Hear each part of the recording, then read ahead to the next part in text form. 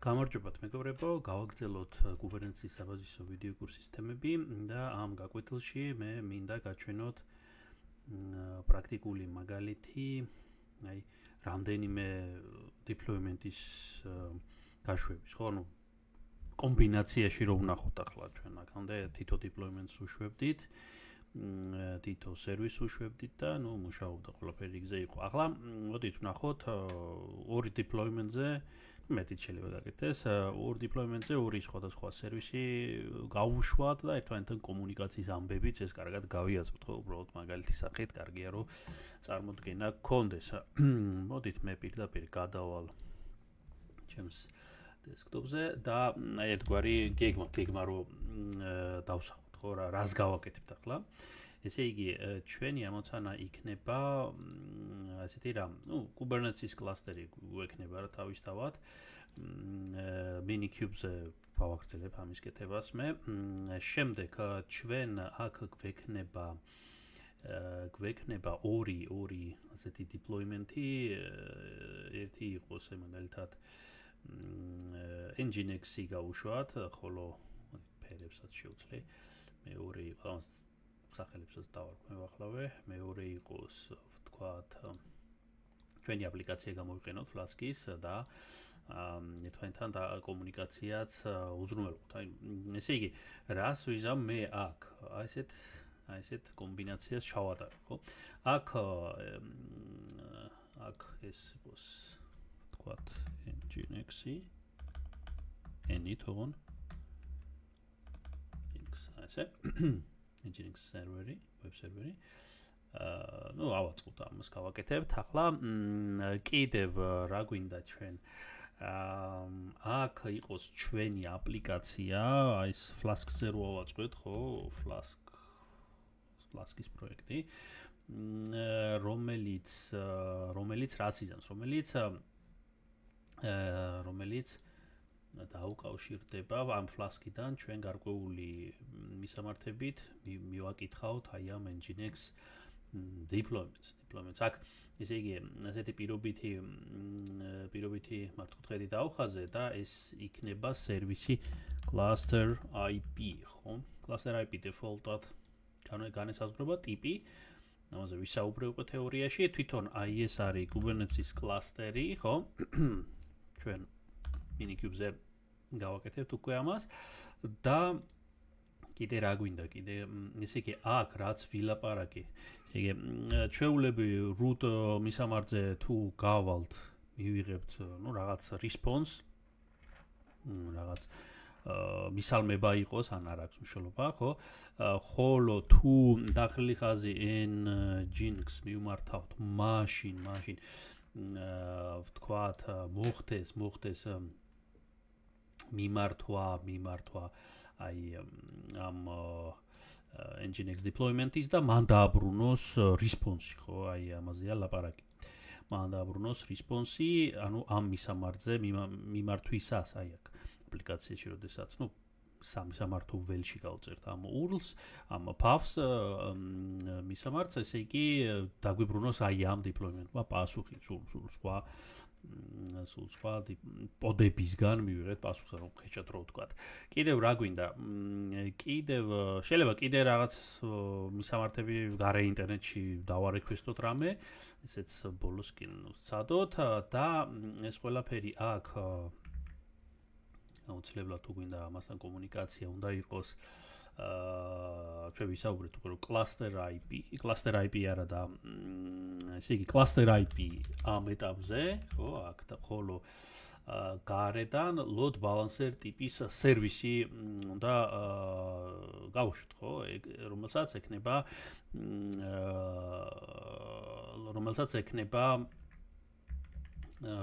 ექნება IP, ხო? მოდით აქ დავწერთ სწორად ცოტა load balancer ტიპის load balancer type, ხო? load balancer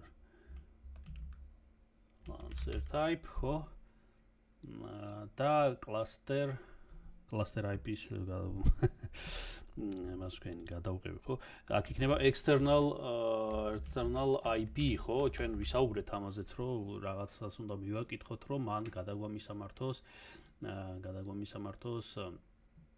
შესაბამის სწორ ადგილას, ხო? აი დაახლოებით აი ესეთი სქემა შეიძლება რამე გამომჯარვით ახლა უცებ ვერ მოდი თუ ძირითადი სქემა ეს არის ყოველ შემთხვევაში აქ იდეა რაში აქვს თავი იდეა არის რომ გვაქვს ეს deployment-ი აღგრუნოთ იყოს ეს ასე გვაქვს ეს deployment-ი ესე და გვაქვს ეს deployment-ი და ამათთან კომუნიკაცია თან დააკვირდით რომ ეს nginx deployment-ი არის შიგნით ჩვენი Kubernetes cluster-ში და მასთან გარე კომუნიკაცია შეუძლებელია ხოლო მასთან კომუნიკაცია თუ გვინდა აი ამ Flask-ის deployment-ს დაუკავშირეთ შესაბამის აპლიკაციის შესაბამის მისამართზე path-ზე ასე ვთქვათ რომელიც მიმართავს ამ შიდა nginx deployments cluster IP ტიპი სერვისით, ხო? მოდით დავიწყოთ პირდაპირ, ახლა საქმეში ეს უფრო გამოჩნდება, შეიძლება ჩახლართულად გეჩვენებათ, მაგრამ ყოველ შემთხვევაში აქ არაფერი ისეთი არ იქნება. ჩვენ გქონდა უკვე აწყობილი გარკვეული მასალა, მე ამ მასალას გამოვიყენებ, აი ეს Flask პროექტი, რაც გვაწყობს, იყოს. მე მას დავაკოპი paste-ებ, კიდევ ერთ კოპიოს გავაკეთებ და აქ რამე დავარქვათ, აი მეორეც რომ იყოს, ესე იგი დავარქვათ Flask project ესე რომ დავარქვათ Flask project აი ასე დავარქვათ Flask nginx project თუ კიდევ სხვანაირად არქვით ახლა რა პრობლემა არ არის ყოველ შემთხვევაში ამ მასალას მე გამოვიყენებ და მასში კოდს დავარედაქტირებ. ახლა ზუსტად ამ კოდის რედაქტირებაზე რო ვისაუბროთ. ესე იგი აი ამ Flask nginx პროექტში ჩვენ რა ქონდა, მივმართავდით roots, ასე ვთქვათ, ძირითად endpoints და ვიღებდით მისალმებას გარკვეული ჰოსტიდან. ახლა მე ეს მომენტები აღარ მინდა, არა მქონდეს ეს, მაგრამ დავამატებ უბრალოდ და ჩვენ გვინდა კიდევ ერთ მისამართზე, ამ შემთხვევაში nginx მისამართზე გავაკეთოთ მიმართვა, ხო? აქ ხელოსმაგივრად nginx Flask იყოს თქვათ. nginx Flask ესე. ეს host name ამ შემთხვევაში ამ ფუნქციაში მე არ მჭირდება, hello და ეს ამბებიც პრინციპში მე არ დამჭირდება, ხო? ეს ამბები მე არ დამჭირდება. აქ დაპრინტვა ცოტა სხვა რამის მინდა და შეიძლება hostname-იც ხო არ დავტოვოთ, რომ მივხვდეთ რომელი პოდი მეორე მხრიდან გვცემს პასუხს. მოდით დავტოვოთ ჯერჯერობით, შემდეგ დავუბრუნდეთ. ეს hello აქ არ გვინდა ამ ეტაპზე და მე აქ დამჭირდება import requests ასეთი მოდული. შეიძლება სხვანაირად გააკეთეს კიდევ, ეგეც უნდა ითქვას, მაგრამ requests-ით გავაკეთებ ამას, requests-ით მე მივმართავ აი აქ ამავე ფუნქციაში. ესე იგი data დავარქვათ requests მოდულით get http და დაგვერდით nginx, აი ესე. ბჭყალებში უნდა ჩავსვათ. ეს nginx იქნება ჩვენი deployment-ის სახელი, ნახავთ ახლა ამასაც. ამ data-ში requests მოდული დააბრუნეს კონკრეტულ response პასუხს და ამ data-დან ვთქვათ რაღაცა რო დავბეჭდოთ, ხო? რაღაცა რო დავბეჭდოთ. აი მაგალითად დავბეჭდოთ რა აქ დახლი ხაზი n-ი ახალ სტრიქონზე ჩამოვა და დავბეჭდოთ ასეთი რამ data წერტილი text data წერტილი text ანუ response-ის ტექსტი დაბეჭდეთ. ეს requests მოდულთან ვისაც უმუშავია წესით უნდა გესმოდეთ რაშია საქმე, უბრალოდ ტექსტს გამოიტანს იმ response-ის. პირდაპირ data-ს დაბეჭდვა მოგცემს როგორც მახსოვს web server-ის კოდს, ანუ 200 ან სხვა კოდს მოგცემს იმის დამიხედით როგორი პასუხია. მაგრამ თვითონ requests მოდული არ მოყვება სტანდარტულ Python-ის ბიბლიოთეკას, ამიტომ requirements-ში მე დამჭირდება requests მოდულის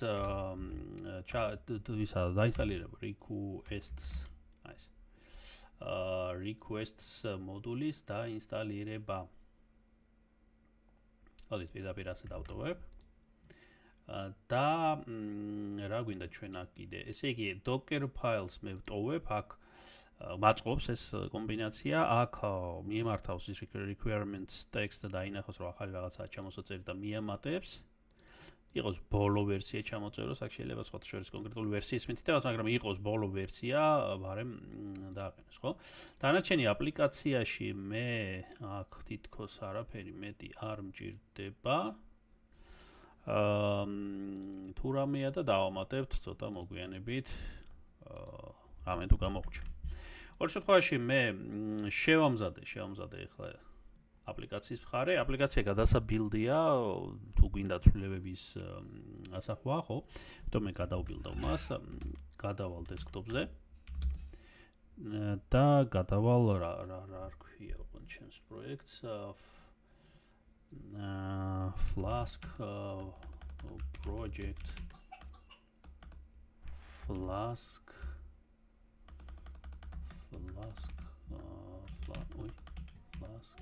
არა, არ მახსოვს, უნდა ვნახო რა სახელით არის.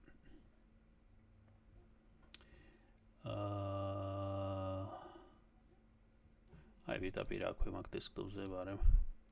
ხო, K8 project. პრინციპში ხო, აქაც ეწერა პირდაპირ მე არ დავაკვირდი. ხო, ოკეი. დავწეროთ შევიდეთ ჩვენს პროექტში აქ ასეთი სიტუაცია აქვს, მე შევდივარ Flask Nginx project, რომ docker ფაილი დაინახოს და ეს docker ფაილი უნდა დავბილდოთ. Docker desktop-ი გაშვებული მაქვს, შეგახსენებთ, minikube-იც გაშვებული მაქვს უკვე. ნუ minikube-ამდე docker desktop-ი ჭირდება, შესაბამისად ეს მოგვარებული მაქვს უკვე. ერთადერთი მე აქ ალბათ ისევ ისტორიას გამოვიყენებ დაბილდვის, ხო? ჩემი ისინი რო არ ვეძებ ხო docker hub-ზე username-ები და რაღაცეები. პირდაპირ ნახავ დაბილდვის ისტორიას და აი ეგ არის. და ამ ბრძანებას გამოვიყენებ. ოღონდ ცირე ცვლილებებით რა თქმა უნდა. Shift insert-ი. ვაი რაღაც ნაგავიც მოყვა ეს დააკვირდით, ასეთი ნაგავიც რო არ მოყვეს თქვენს ბრძანებებს, გაითვალისწინეთ რობუფერიდან, აი Windows-ის გარემოში ზოგჯერ ასეთი რაღაცები ხდება. კიდევ მე რა მინდა აქ ეს ტეგები, დანარჩენი ტეგები მე პრინციპში აქ არ მაინტერესებს, იყოს latest, თუ არ მივთითებ latest ავტომატურად მიანიჭებს ამ latest, თავარია ახლა დავბილდოთ ეს აპლიკაცია და მოდით მე ამ აპლიკაციას ახალს გადავარქვევ Flask Nginx აი ეს ერქოს. დავბილდოთ. დაიწყო ბილდი, ხო? და პრინციპში აქ დავამატეთ, ჩვენ რა დავამატეთ, ხო, request ბიბლიოთეკა დავამატეთ, ის არ არის პატარა ბიბლიოთეკა პრინციპში, მაგრამ ნუ ყოველ შემთხვევაში არც იმდენი დრო დასჭირდება, ხო, რომ რაღაც ვინერვიოთ, ხო? ყოველ შემთხვევაში ეს ბილდი მზად არის და მოდით ახლა ეს ბილდი ჩვენ ავტვირთოთ ჩვენს docker hub-ზე, ხო? ნუ ჩემს შემთხვევაში ჩემი აკაუნტი იქნება, თქვენ შემთხვევაში თქვენი აკაუნტი უნდა გქონდეთ, ხო? მე ისევ გამოვიყენებ ახლა ზედაბრძანებას, ხო? ნუ თვითონ ბრძანებებს username-ი მიწერია push და მეტი აქ არც არაფერი დავფუშოთ. ხა ეს აიტვირთება docker hub-ზე ჩემთან. აი აქ უნდა გამოჩნდეს ახალი image name-ით, ხო, ახალი image-ის სახელით. და შევამოწოთ ახლა, კი ბატონო, აბა განვაახლეთ და აქ იქნება ჩვენი აი Nginx. ნუ ავტომატურად ტეგი როგორც გითხარით latest მიენიჭება, მე იქ არ განმისაზღვრია რამე კონკრეტული ტეგი, ყოველ შემთხვევაში ეს ჩვენთვის საკმარისი. შემდეგ რა გვინდა ახლა ჩვენ გვინდა ახლა გავაკეთოთ deployment-ები და deployment-ები ჩვენ ცოტა ჭკვიანურად უნდა გავაკეთოთ. ესე იგი ორი deployment-ის ფაილს გავაკეთებ და ამ deployment-ებში სერვისებსაც გავწერ, ასეთი რაღაცაც შეიძლება. მოდით ახლა ამით დავგავდეთ, ხო? ამას გავასუფთავებ. და დიპლოიმენტები ჩვენ გვაქვს root-ში, ასე ვთქვათ, ზედა დონეზე. მოდით მე შევქმნი აქ რა დავარქოთ nginx YAML. ეს ერთი იყოს და მეორე რა იყოს ну რა ვიცი Flask nginx წერტილი YAML ესეთი იყოს ხო თქვენს ხელში აქ რას დაარქვეთ უბრალოდ მე სწორად უნდა მივუთითოთ ესე იგი ეს ორი deployment ფაილი გვექნება ჩვენ მოდ დავიწყოთ nginx-იდან და ну აქ ესე ავკრიფე პირველი ასობგერები ამ template-ი ხელით რო არ ვარსო და მეხმარა ის გაფართოება რაც უკვე წესი დაყენებული უნდა გქონდეთ მე ვისაუბრე ამაზე ერთ-ერთ წინა გაკვეთილზე აქ სადაც MyApp წერია ეს არ გვაწყობს ჩვენ გვინდა პირდაპირ nginx დავარქვით იყოს პირდაპირ გასაგებად metadata სელექტორები კი ბატონო როგორც არის ვტოვებთ ერთადერთი ჩვენ 128 ოპერატიული მეხსიერება გვაწყობს იყოს ნახევარი ესე იგი ბირთვიც იყოს არ არის პრობლემა თუმცა შეგვიძლია ბირთვიც შევამციროთ რა ვიცი ახლა ხელა ბირთვი ალბათ არ დაგჭირდება იყოს 256 და კონტეინერის პორტი რაც თავარია კონტეინერის პორტი თვითონ nginx-ი დეფოლტად აი მე-80 პორტზე ავამუშავოთ ასე ვთქვათ ხო ესეთი ცვლილება შევიტანოთ ამ ფაილში აქ ეს შეგვიძლია ჩამოვშალოთ აი ასე გამოიყურება ჩვენი nginx-ის deployment-ის ფაილი. Image-ს რაც ეხება, ხო, აი image-ი მნიშვნელოვანი მომენტია, მე თითქოს გამომრჩა, მაგრამ აქ ყალიბი რის ბაზაზეც შეიქმნება პოდები, ხო? nginx აქაც წერთ პირდაპირ ის ახლა ტექსტს აქ არ უთითებ, ბოლოს ჩამოწერს, რომელიც ბოლოა აქტუალური, ეს სხვათა შორის რაღაც მომენტში ცუდია enterprise ტიპის პროექტებში, იმიტომ რომ სტაბილურობის ამბავია, უსაფრთხოების ამბავია და კონკრეტულად უთითებთ ხოლმე კონკრეტულ ტექსტს, სანამ ეგ დარწმუნებული არ ვართ, რომ ის მუშაობს და გატესტილია და შემდეგ არ ავსავსხრავთ წინასწარ, იმიტომ რომ აი latest ავტომატურად ბოლო ვერსიის მითითება ყოველთვის არ არის კარგი, რატომ? იმიტომ რომ თქვენი პროგრამა შეიძლება აწყობილი იყოს კონკრეტულ ბიბლიოთეკებზე, კონკრეტულ რაღაც ფუნქციონალზე და ახალ ვერსიაში ის იყოს ან სახეცვლილი, ან რაღაც სხვა მომენტები ქონდეს დამატებული, ატრიბუტები, მეთოდები და ამ შემდეგ და ამ დროს თქვენი აპლიკაცია სხვა ცოტა მოძველებულ ატრიბუტებზე, მეთოდებზე არის ან ბიბლიოთეკებზე არის მიმული. შესაბამისად, ახალი არ ნიშნავს ავტომატურად რომ გვაწყობს ყველა შემთხვევაში, იმიტომ რომ შეიძლება მოხდეს ისე რომ არ იმუშავებს უბრალოდ და ამიტომ ასე ხელაღებით ბოლო ვერსია და კარგია, ასე არ ხდება ხოლმე enterprise ტიპის სერიოზულ პროექტებში ასე ვთქვათ. ამიტომ ვაკონტროლებთ. ახლა ჩვენ შემთხვევაში ამას კრიტიკული მნიშვნელობა არ აქვს, ამიტომ წამოიღოს ბოლო ვერსია რაც არის nginx-ის და ახლა მეორე რაც მე მინდა გავაკეთო, აქვე გავაკეთებ მე სერვისს. ესე იგი, წინა გაკვეთილზე ჩვენ ვისაუბრეთ, რომ აი სერვისის გაკეთება შეიძლება თალკი YAML ფაილში, მაგრამ იგივე ფაილში, სადაც deployment-ია, იგივე ფაილშიც შეიძლება გავაკეთოთ სერვისი და როგორ ვაკეთოთ? აი სამი ტირე და ვაგრძელებთ ამ ფაილში წერას, ხო? და როგორ აი Kubernetes service, მაგალითად, ასე და ასეც დასაშვებია შეხედეთ ტიპი deployment-ის, აქ ტიპი სერვისი. ესეც დასაშვებია, შეგიძლიათ ასეც გამოიყენოთ.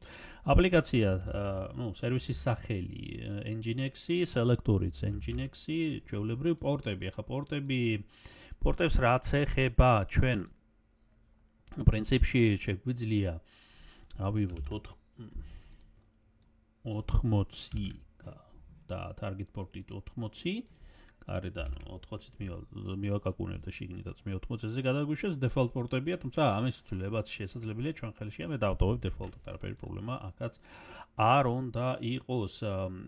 ერთადერთი აქ ახლა რასაც მე ვუყურებ შეიძლება თვითონ და კორექცია მოგვიწიოს, ხო, resource-ები პორტების გასწრება ეს თითქოს სწორია.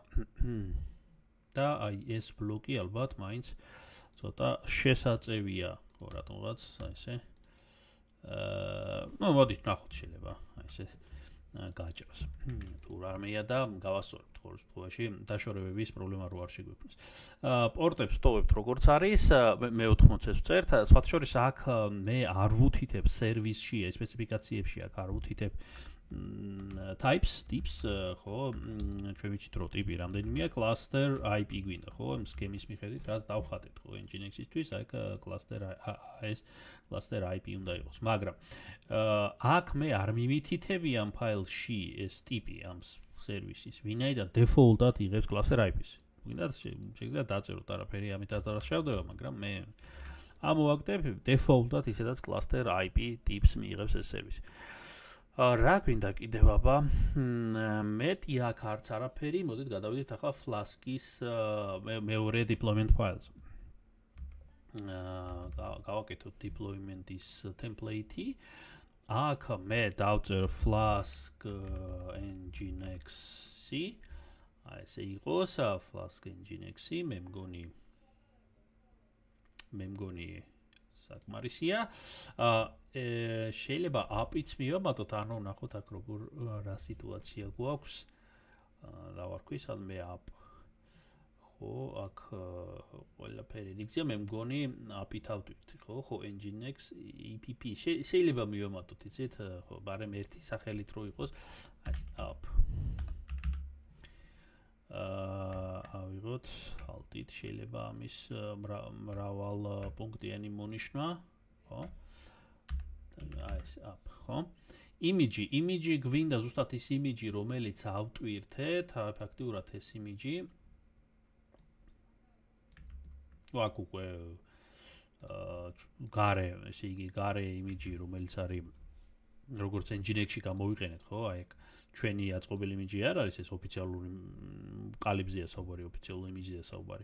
აქ არაოფიციალურ ჩვენი image ჩავშვით, ხო? ანუ ესეც არ შეგეშალოთ, ანუ თქვენი user-ის, სადაც აფუშეთ, სადაც ატვირთეთ ეს image გამოიყენეთ. პორტს რაც ეხება ამ შემთხვევაში ჩვენ ну Flask-ი 5000, ხო, default-ად მე როგორც მახსოვს არის მე 5000-ზე პორტზე. ასე. 5000-ზე პორტზე და აქვე კიდევ რა მინდა, ესე იგი სპეციფიკაცია გავაკეთეთ, კონტეინერები გავაკეთეთ, ხო, image, resource, ესენი ყველაფერი მსათა, მოდით სერვისი რო გავაკეთოთ და Kubernetes service. აქვე იგივე ფაილში ვაკეთებს მეორე სერვის, ამ შემთხვევაში load balancer ტიპის სერვის, ამ სქემის მიხედვით, რომელიც დაგვიხმარება შემდეგ კომუნიკაციაში, ხო? იგივე ფაილში ვაკეთებ და აკვირდით, ცალკე ფაილში არ გამაქვს, როგორც წინა გაკვეთილზე გავაკეთეთ. ესე იგი, რაც შეეხება დასახელებას, აქ მნიშვნელოვანია იგივე სახელი კონდეს. და ხო, ტიპი უნდა გავწეროთ, კიდე მოდი ჯერ დასახელება გავწეროთ. სად არის? აი, სამეშალა. სელექტორი, Flask Nginx app, ხო, ასე გამოსაზღვრეთ ზემოთ. Flask Nginx app. ამაზე მე ბევრი ვისაუბრე, ახლა არ გავჩერდები. ახლა გარე პორტი მე მინდა იყოს, ვთქვათ, რა ვიცი, იყოს 5-იანები. ხო? შიდა პორტი ამ Flask-ის აპლიკაციაზე, web server-ზე ის იქნება და კიდე რა გვინდა? ხო, აი ეს ტიპი არის მთავარი აქ, რომ default-ად cluster IP არ მიანიჭოს. ტიპი უნდა იყოს load balancer, რაც ვილაპარაკეთ. load balancer ტიპის განსაზღვრება სერვისში. ну, რა ვიცი, მე მგონი თითქოს ყველაფერი რიგზია, თუ რაიმე არ გამოგჩა. გავუშვათ. ესე კიდევ ერთხელ აგერ არის აპლიკაცია. მასში დავარედაქტირეთ ეს ფაილი, ახალი route-ი გავწერეთ, route-ებს უძახიან, ხო, გამოვიყენე კიდევ ერთი requests მოდული, რომელმაც წესით უნდა მოგცეს საშუალება მიმართვის, აი ეს იქნება სერვისზე მიმართვა, პირდაპირ სერვისზე მიმართვა. ამ სერვისის განსაზღვრება აგერ არის ბატონო name-ი, ხო? DNS-ი შიგნით მუშაობს, ამაზე ვისაუბრებთ ახლა ცოტა ხანში. ყოველ შემთხვევაში ამ კონკრეტულ მისამართზე მიმართვისას ამ აპლიკაციაში ჩვენ სხვა deployments მივაკითხავთ და მისი პოდები გაგვცემს ასეთ პასუხს, რომ ისინი გაშვებული ამადამ host-ზე და შემდეგ უშუალოდ Nginx-ის default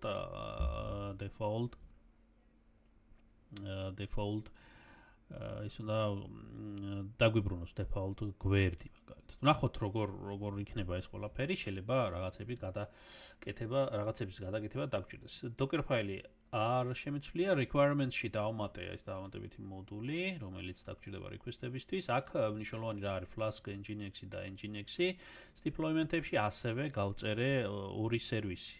იგივე ფაილში Nginx-ისთვის ქვემოთ ოფიციალური ყალიბით ხოლო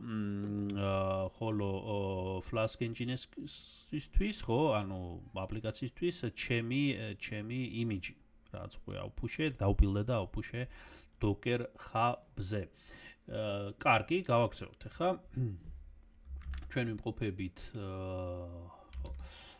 აი აქ და მოდით პრინციპში მე აქედანვე შემიძლია ახლა გავუშვა ჩემი deployment ფაილები. მოდით ზედა დონეზეა ვარა. დავაკვირდეთ, სად არის. აი აგერ არის Nginx, Flask Nginx, აგერ არის ეს deployment-ები. გავუშვით kubectl apply -f ფაილი, ხო? რა დავარქვით ეს იგი Flask Nginx -yaml, შემდეგ კიდე -f Nginx YAML, ხო, F-ი დავსვი, კი ბატონო, F-ის დასვა წინ არ დაგავიწყდეთ თითოეული ფაილის წინ, იმიტომ რომ ისე სხვანაირად ვერ მიიღებს ამას. გავუშვათ და deployment-ი ორი ცალი deployment-ი შეიქმნა, ასევე ორი ცალი სერვისი შეიქმნა. აგერ არის სერვისი 1, სერვისი 2, deployment-ი 1, deployment-ი 2. ძალიან კარგი. ნახოთ რა სიტუაციაა. kubectl get svc სერვისები რომ ნახოთ, აგერ ბატონო პირველი სერვისი, აგერ ბატონო მეორე სერვისი. პირველი სერვისი არის load balancer ტიპის, მეორე სერვისი არის cluster IP. ხო, აგერ პორტების დამისამართება და კიდევ აი kubectl get deployment-ები რო გამოვიტანოთ, ორი deployment-ი გვაქვს, აგერ პირველი, აგერ მეორე. ხო, თითო პოდით ახლა ამ შემთხვევაში default-და თითო იგულისხმებთ, რომ არ გაგვიწერია მეტი. რაც შეეხება ვთქვათ პოდებს, ხო, kubectl get pods, ხო, აი ვთქვათ ორი პოდი გვაქვს, ხო, ერთი deployment-ის არის, მეორე deployment-ის არის. ნუ შეგვიძლია ახლა შეგნით ჩავიხედოთ, მოდით ამაში ჩავიხედოთ. kubectl describe pod და აი ეს პოდი, ხო, და აი ნუ მოკლედ ამ პოდის ინფორმაცია ჩვეულებრივ ნახავთ, არაფერი აქ არ იცვლება, იგივე ლოგიკა, რაც აქამდე განვიხილეთ, ხო? ხო, ნუ ჩვეულებრივ ამ ინფორმაციებზე ჩვენ გქონდა საუბარი, რის ბაზაზეა აწყობილი ეს პოდი, დათვალიერეთ, მოკლედ რო ვთქვათ, თუ გაინტერესებთ, აქ ახლა არაფერი ახალი სიახლე არ უნდა იყოს. ახლა ჩვენ რა გვინდა, ესე იგი, მე თუ მინდა რაღაცნაირად ბრაუზერში მივაკითხო იმას, მე მინდა კიდევ ერთი ის გავუშვა, ხო, ტუნელი. ტუნელი,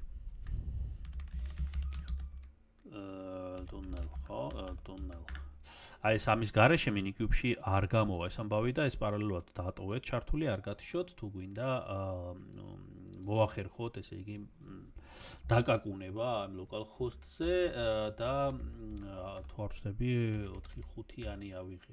აგერ არის ბატონო ჩვენი აპლიკაციის პასუხი, ერთი node-ია, ხო, ეგ ვიცით, Minikube-ში ერთი node-ია და კონკრეტულ deployment-ის, ამ შემთხვევაში აპლიკაციის deployment-ის პასუხი root მისამართს, ხო, აი ჩვეულებრივ default, ასე ვთქვათ, ძირითადად მისამართს, მაგრამ აქ თუ მე მივმართავ ახლა Nginx, აი შეხედეთ რა მოხდა, გადაგვისროლა მეორე deployment-ის პოდზე, ხო, მან გაგვცა პასუხი და აი აქ.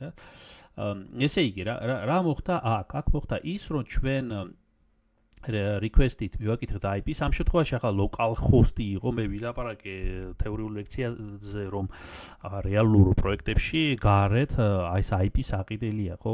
ზოგი სერვისი სხვადასხვანაირად გვაწვდის, ხო? ჩვენ შემთხვევაში ახლა რომ ვარჯიშობთ აქ, ამ შემთხვევაში local host-ი იყო 127.0.0.1, load balancer ტიპის სერვისი, ესე ხუთიანებზე, რაც იყო აი Flask-ის აპლიკაციის გავლით ამ ისამართზე როგორც კი მივაკითხეთ Flask-ის აპლიკაციას, მან გადაგვისროლა და გაგვცა პასუხი, ესე იგი Nginx-ის გვერდი, აი ეს არის default გვერდი Nginx web server-ის. და ჩვენი წარწერა რაც იყო იქ, რომელმა პოდმა გაგვცა პასუხი. ანუ ეს ყველაფერი იყო რეალიზებული აი ეს არის, აი ეს route-ია.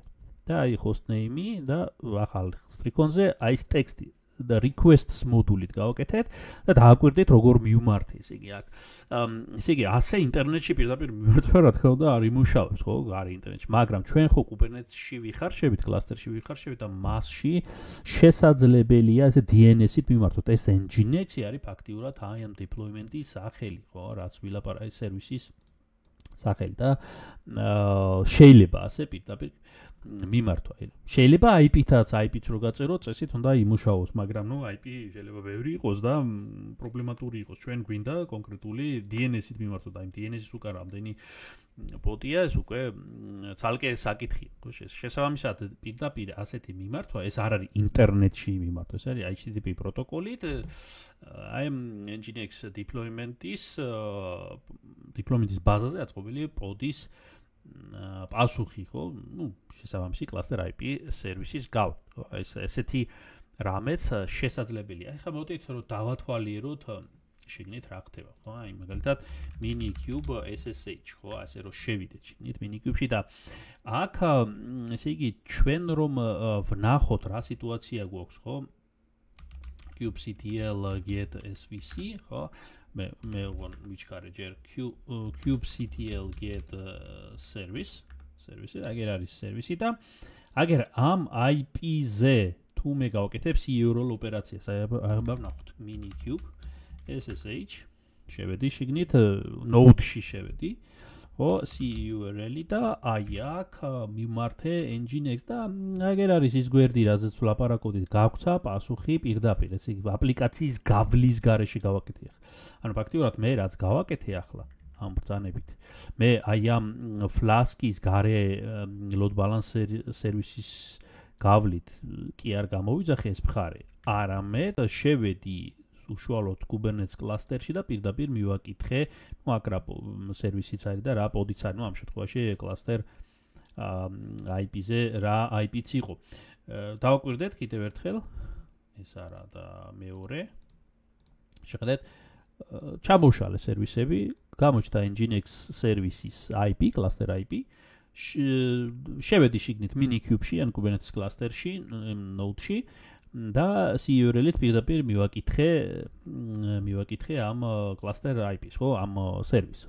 და მივიღე პასუხი პირდაპირ. შეხედეთ, რა როგორ ჩანს ეს ჩანს იმით, რომ თავში არ აქვს კიდევ ერთი დაპრინტვა, დაბეჭდვა თვითონ პოდის hostname-ის, ხო? ჩვენ აქ Flask-ის აპლიკაციაში გვაქვს კიდევ აი ეს მხარე, რომელიც ბეჭდავს, ამატებს ამ ინფორმაციას და აი ამ output-ში ეს არ არის პირდაპირ მოდის Nginx-ის default გვერდი, ხო, აი პასუხად. default გვერდი პასუხად ჩვენს ტერმინალში.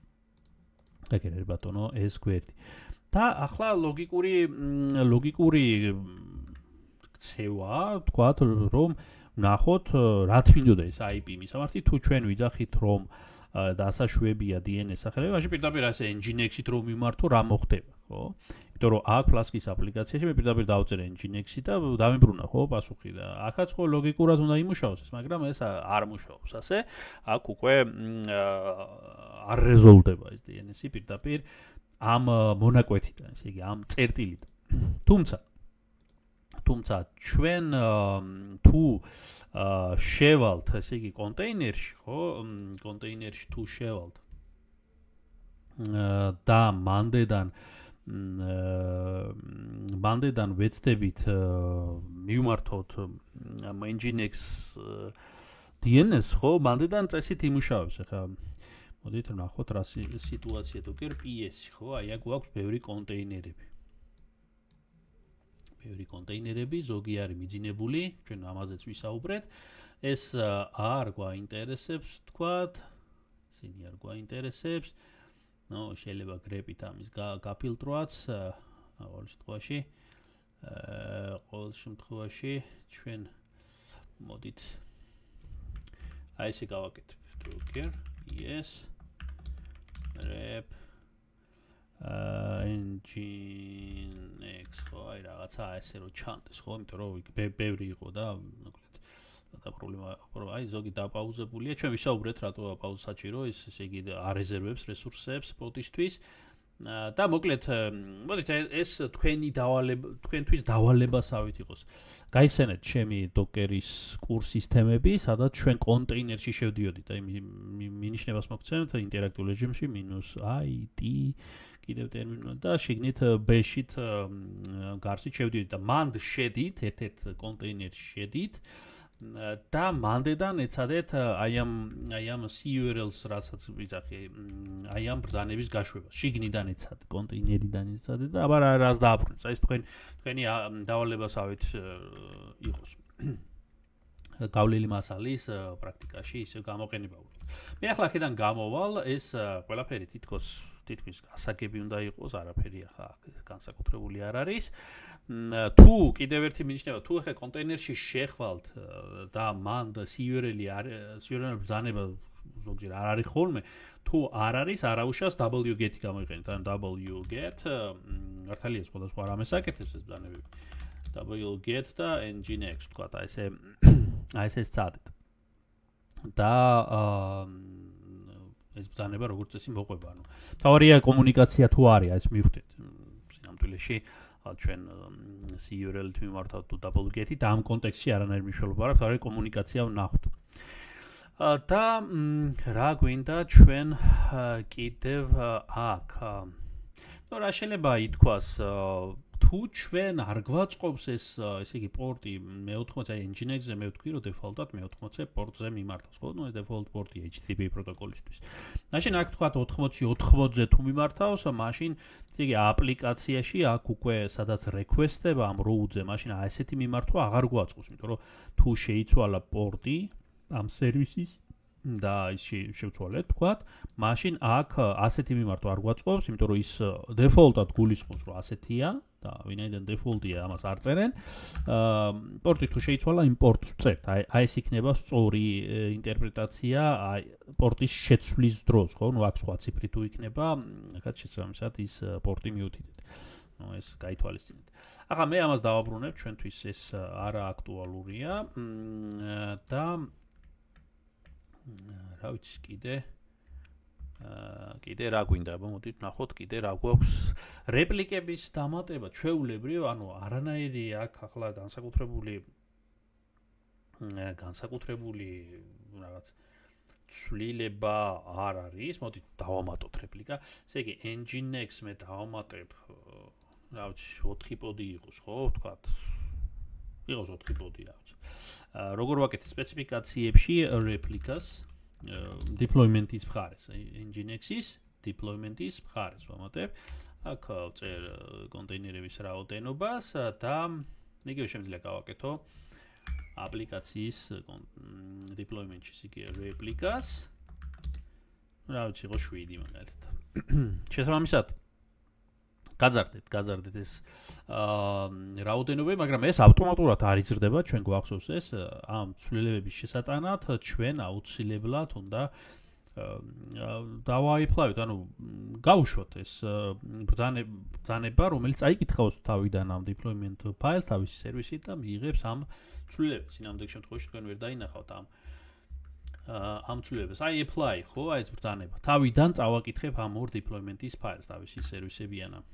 გაკეთდა ესეც და დავაკვირდეთ, აბა რა როგორ იქცევა get pods თქვათ, ხო? აი შეხედეთ და დაიწყო ახლა ნელ-ნელა დაიყვანს აპლიკაციისთვის 7 პოდამდე, ხო, ხოლო nginx web server-ისთვის 4 პოდამდე, ხო, როგორც არის. გავუშვათ, აი, ხო, კი ბატონო. 7 ცალი აი აქ, 4 წელი აიქრა, ესეც პრინციპში გავლილი მასალა, უკვე მქონდა ამაზე საუბარი. თუ ესე იგი რაღაც ცვლილებები გვაქვს, ხო, მაგალითად ტეგებთან დაკავშირებით ესეც არაფერი აქ არ იცვლება, ესე იგი მოდით ტეგირება რო გავაკეთოთ, ხო, Docker images ხო, აი რომ ნახოთ აქ ჩემი აპლიკაცია არის დაბილდული latest image-ით, ხო? აი დაგვირდეთ წინა სავარჯიშო რაც ქონდა hello მისალმების აპლიკაცია იქ ეგ ტეგები ქონდა, ხო? აქაც nginx-იც დაბილდულია ბოლო latest ტეგით, ხო? ეს რაღაც მომენტში შეიძლება არ იყოს თლად გადასარევი. დავადოთ ტეგები ჩვეულებრივ აი აპლიკაციას რო დავადოთ ტეგი რა როგორ გავაკეთებ ქონდა ამაზეც საუბარი მაგრამ გავიხსენოთ Docker tag შემდეგ აპლიკაციის სახელი იყოს latest ასე კიდევ ერთხელ დავა copy paste-ებ ამას და უშუალოდ ტეგი ხო ну, რა ვიცი, version 1.0.0, ну, რა ვიცი, აი რაღაცა ასე და აქ ახლა Docker images თუ ნახავთ, ისევ აი ბატონო, აგერ არის ახალი ტეგით ეს ყველაფერი, ну, Docker push არ გვავიწყდება. ნუ ის უნდა მივთითო პარამეტრები პირდაპირ push-ი ასე არ მომწევს ამის საშუალებას აი აგერ არის ოღონ აქ ხო სხვა შორის აქ არ უნდა დაგვავიწყდეს all tags ხო ყველა ტეგით თუ გინდა ყველა ცვლილება ყველა ტეგით თუ გინდა ავტვირთოთ ასე აი ეს მე მქონდა ამაზეც საუბარი all tags არ დაგვავიწყდეს ყველა ტეგი ატვირთოს Docker Hub-ს აი დაიწყებს ატვირთვას არაფერი აქ არ იცვლება იგივე მიდგომა როგორც ვისაუბრეთ აკავდებოდ განვაახლოთ ეს და მეორე ტეგი უნდა გაჩნდეს აგერ ბატონო ტეგებით უფრო ვაკონტროლებთ ესე იგი რა ცვლილებებია რომელ აპლიკაციაში ну იგივე პრინციპით შესაძლებელია არა მარტო შიდა deployment-ებს და podებს მიმართოთ, როგორც მე აქ გავაკეთე, აქ მინდოდა მეჩვენებიო, რომ შიგნით როგორ ხდება კომუნიკაცია ამ ორი deployment შორის, ხო, ესეთი სქემით. აი ეს ვნახეთ, მაგრამ ხელს არავინ არ გვიშლის, აქ კიდევ გავწეროთ რაღაცა route-ი, რომელიც შეიძლება გარეთ წავიდეს, რაღაცა დაარეკვესტოს. აი ესეთი Flask-ით ეს მაგიოდ კეთება. აი ვიღებთ ასე, მაგალითად რაღაცა data, ну, რა ვიცი, worldometer, ხო, ესეთი საიტია, ხო, ეხლა შევიდეთ მან თუ ნახოთ. worldometer Flask hostები იყოს აქ უკვე არ გამოვა, ეხლა ეს არ არის უკვე შიდა DNS სისტემა, შიდა deployment-ის მიმართვა, აქ კონკრეტული საიტი უნდა ვნახოთ, მოდით ხოთ worldometers, ხო, ესეთი საიტია, მოდით გადავიტანოთ ამის worldometers, ხო, და აი პირდაპირ ჩავსვი, აი ბატონო. დავარეკვესტე data-ში ჩავარდა ეს და ამ data-ს ტექსტი დამიბრუნოს თქვათ, ხო? ამ route-ზე. ოღონ აქ ახლა არ უნდა დაგავიწყდეთ თქვენ ეს აქ კი გაწერეთ, გადაბილდოა საჭირო, ხო? გადაბილდოა საჭირო თავიდან. ძირამდელ შემთხვევაში ეს ცვლილებები არ აისახება იმ იმიჯში, რომელიც გაშვებულია რის ბაზაზე გაშვებულია Kubernetes-ში ჩვენი podები, ხო? მოდით ვნახოთ, ხა, უცებ იმედი არაფერი გამოჩა აქაც. გადავბილდოთ. არ არის პრობლემა. Docker build ესა და ესა და პრინციპში version 2.0 რაღაცა ესე რომ გადავბილდოთ თქვათ. გავუშვათ. მე ცოტა მე მგონი არასწორ დირექტორიაში ვარ. მოგატიეთ, შევიდე უნდა store directory docker ფაილი ხონდა დაინახოს. ეს იყო Flask nginx project ხო მგონი. აი ეს კი ბატონო. და კიდევ ერთი ცდა. გადაბილდვის, დაიწყო გადაბილდვა. რამე შეცდომა პროგრამაში ეს ბილდი უნდა ჩავარდეს. თუ თვითონ აპლიკაციის ხარეს არის ამე დაშვებული სინტაქსური შეცდომა ან რაღაც გავსი და ახლა რა სიტუაცია მაქვს რომ ნახო იმიჯებში Docker images მე მაქვს მეორე ვერსია, ახლა უახლესი ვერსიის ტეგი, ეს უახლესი ვერსია შემიძლია ავტვირთო, ხო? ნოდით ავტვირთოთ, push-ს გამოვიყენებ, all text იყოს მთლიანად და თავიდან ეს იმიჯი ავტვირთე ჩემს account-ზე, ხო? ზოგი უკვე არის, already exists, ვხედავთ. ზოგი თავიდან აიტვირთა და მზად არის, მოდით ვნახოთ. მოდით ვნახოთ აი აქ რა სიტუაციაა საცავში. რეპოზიტორიში აგერ არის ეს ახალი იმიჯი, მაგრამ ეს ახალი იმიჯი ჯერ არ იცის ჩვენმა Kubernetes კლასტერმა. ანუ აქ მე ახლა ეს კი მუშაობ ჩვეულებრივად Nginx-იც, root-იც ხო, მაგრამ აქ თუ მე ვეცდები world authors მისამართზე რანაირად დავწერე world authors ო მისამართზე თუ ვეცდები შესვლას ეს არ არის ჯერ არ იცის ამ პოდმა რის რომელმაც წინა იმიჯის ბაზაზეა წყობილი წინა იმიჯს არ ქონდა ეს აი ეს root-ი გაწერილი საერთოდ და არ იცის. ახლა ჩვენი ამოცანა გადავ იმას ვქნათ. შევცვალოთ სხვა შორის ტეგი უნდა შევცვალოთ, latest არ გვაწყობს, ხო? იმიტომ რომ latest-ში მე ის ცვლილებები არ შემიტანია, პირდაპირ გადავბილდე ვერსია 2.0.0-ით, შესაბამისად ამ აპლიკაციისთვის ის ცვლილებები თუ გინდა დავანახოთ, აქ უნდა სწორი ტეგით მივეთითოთ, ესე იგი version 2.0.0 აი ესე და რა თქმა უნდა თავიდან უნდა ჩავაყლაპოთ Kubernetes ეს deployment. ახლა აქ ჩვენ არ დაგვჭირდება სათითაოდ ყველა deployment-ის ფაილის მითითება, ხო? ანუ Nginx deployment-ი არ შეცვლილა, ამიტომ ამის კიდევ ერთხელ გადატარება საზრი არ აქვს, ამაგეროთ აი ეს შეიცვალა, ეს deployment-ი შეიცვალა და აი აქ ხო, ზედა დონეზეა. აი აქ მხოლოდ ეს deployment-ის ფაილი მივთითე, გავუშვიდა წესი და რიგით, ესე იგი წესი და რიგით აი შეხედეთ აკეთებს ახალი პოდების შექმნას, ძველების ამოშლას, იმიტომ რომ იქ სხვა ტეგი იყო, სხვა აპლიკაცია იყო ფაქტიურად, სხვა ყალიბი იყო. კარგი, ვნახოთ, ყველაფერი თითქოს გაშვებულია, აბა, ჯერეთი ვნახოთ, რამდენად მუშაობს root-ი, მუშაობს Nginx-ის მხარე ხო არ დაზიანდა, აბა, world authors-იც რო ვნახოთ, authors და შეხედეთ დაგვიბრუნა დარეკვესტებული ინფორმაცია. იმ საიდიდან წამოვიღო, ახლა აქ CSS-ები და რაღაცები აკლია, ჩვენი მიზანი არ იყო ახლა ამ დატას დამუშავება, მაგრამ იმუშავა World-OMETS მისამართზე, როდესაც მივდივართ, აპლიკაცია ფაქტიურად მიმართავს ამ საიტს, ამ მისამართზე დატა ჩავარდება აქ, მთლიანად ობიექტის სახით და ამ ობიექტისგან მომაქვს ტექსტი, რაც დაინახეთ აქ გამოტანილი. ამის გაპარსვა შეიძლება პარსინგის თემა კიდეც ალგე საინტერესო თემა და აქედან ამოკრეფა მხოლოდ იმ ინფორმაციის, რაც გვაინტერესებს და არა მთელი ვებგვერდს. აქ ხედავთ მთელ ვებგვერდს ფაქტიურად ამას, მაგრამ CSS-ების დიზაინის გარეშე უხეშად რო. შესაბამისად იდეა მე მგონი თქვენთვის გასაგები უნდა იყოს წესი და რიგით. სცადეთ ის კონტეინერიდან იმის გამოძახებაც სცადეთ, აბა თქვენთვის პატარა დავალებაც არის, ყოველ შემთხვევაში სხვა მეტი აქ არც არაფერი. დავხუროთ ახლა ეს ყველაფერი. გავთიშოთ და kubectl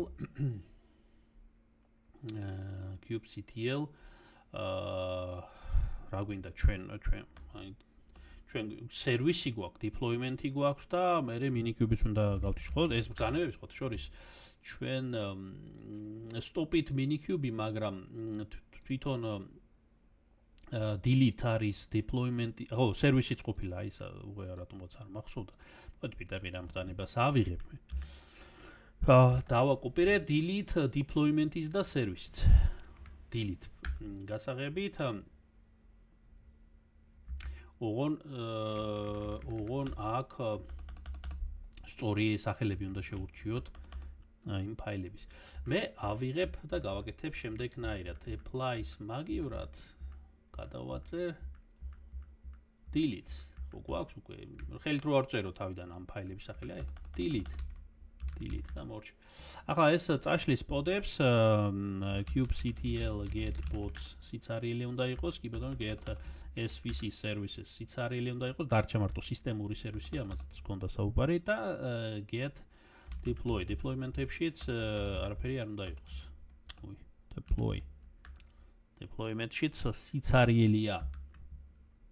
დარჩა რა mini cube stop. გავთიშეთ ეს ყველაფერი სწორად გავაკეთეთ, რომ არ იყოს გაშვებული ფონად და მოკლედ გავაჩერეთ ესეც. აქ მე სხვა შორის დამავიწყდა ამ ტუნელის გათიშვა, მაგრამ ის ავტომატურად გაითიშებოდა, ამიტომ ესეც არ არის პრობლემა. როგორც ხედავთ, საკმაოდ მარტივად ავაწყეთ ორი ესეთ სერვისი, რომელიც ერთმანეთს ეკომუნიკაციება და ასევე გარეთაც დავარეკვესტეთ რაღაცა მოწამოვიღეთ data. სცადეთ აუცილებლად გააკეთეთ, რომ მიხვდეთ ამ პრინციპს, მარტო თეორიული ან ისეთი მოსმენა აქ არ გმარა, ყოველ შემთხვევაში შეიძლება. ეს route-ები რამდენიც გაგიხარდებათ, იმდენი შეიძლება ამ Flask-ში გაკეთდეს, ან სხვა შეიძლება Node.js-ზე, შეიძლება სხვა ენაზეც მსგავსი რაღაცების კეთება, აქ მარტო Python-ის Flask-ზე არ არის, თქო უნდა საუბარი, პრინციპი აქ თქვენ გესმით. და კრიტიკული თემა არის ის, რომ ერთმანეთთან სერვისების კომუნიკაცია შეიძლება აი ესე მოხერხდეს, ხო? ოღონდ სერვისის სწორი სახელი მიუთითეთ. მოდით ამით მაშინ დავასრულოთ. რა ვიცი, მე მგონი ყველაფერი ვისაუბრე და მოვწურე ეს მომენტიც. გემშვიდობებით, შემდეგ შემხედრებამდე.